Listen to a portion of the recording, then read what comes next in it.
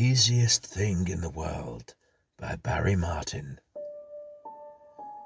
It was very easy to kill the goldfish.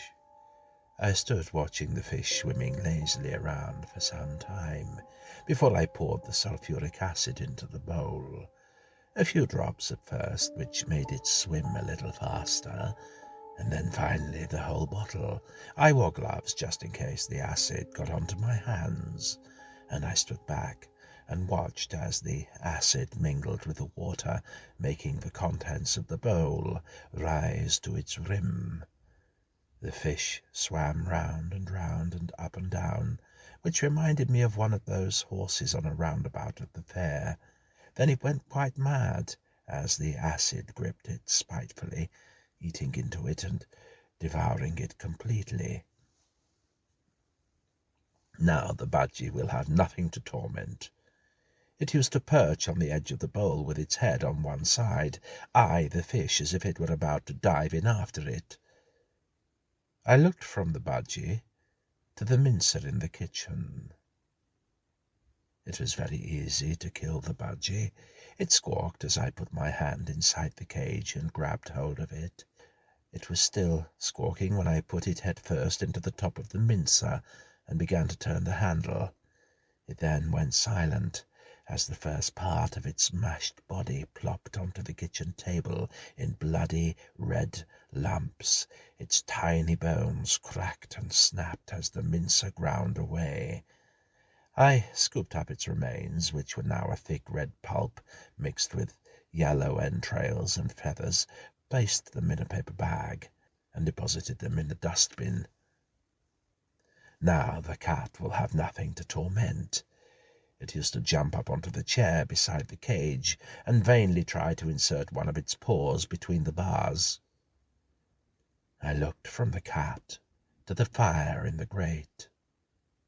It was very easy to kill the cat. I picked it up and stroked it as I walked towards the fire, and then I placed it oh so gently into the flames. It at once tried to get out, but I held it in and pinned it down onto the coals with a poker.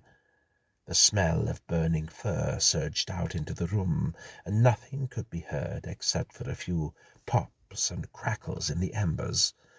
I fetched in some coal, put it on the charred bones, and stirred the fire as it roared noisily up the chimney.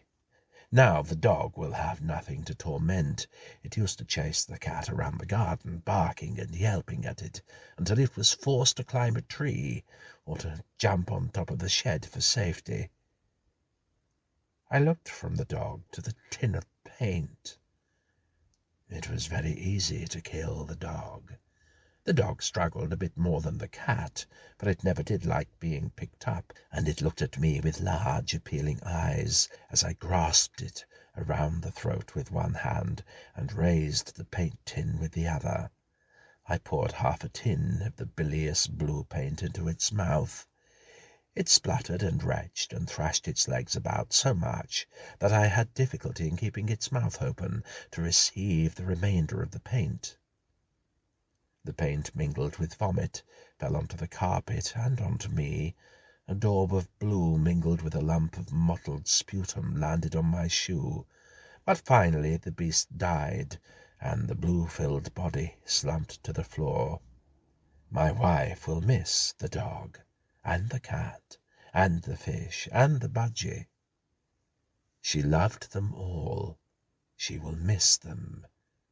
If I were to kill myself, she would miss me. If I were to kill myself, she would have no one to nag, no one to torment. If she had loved me, as she had loved the animals, things would have been better, much better. Ah, there goes the front door bell.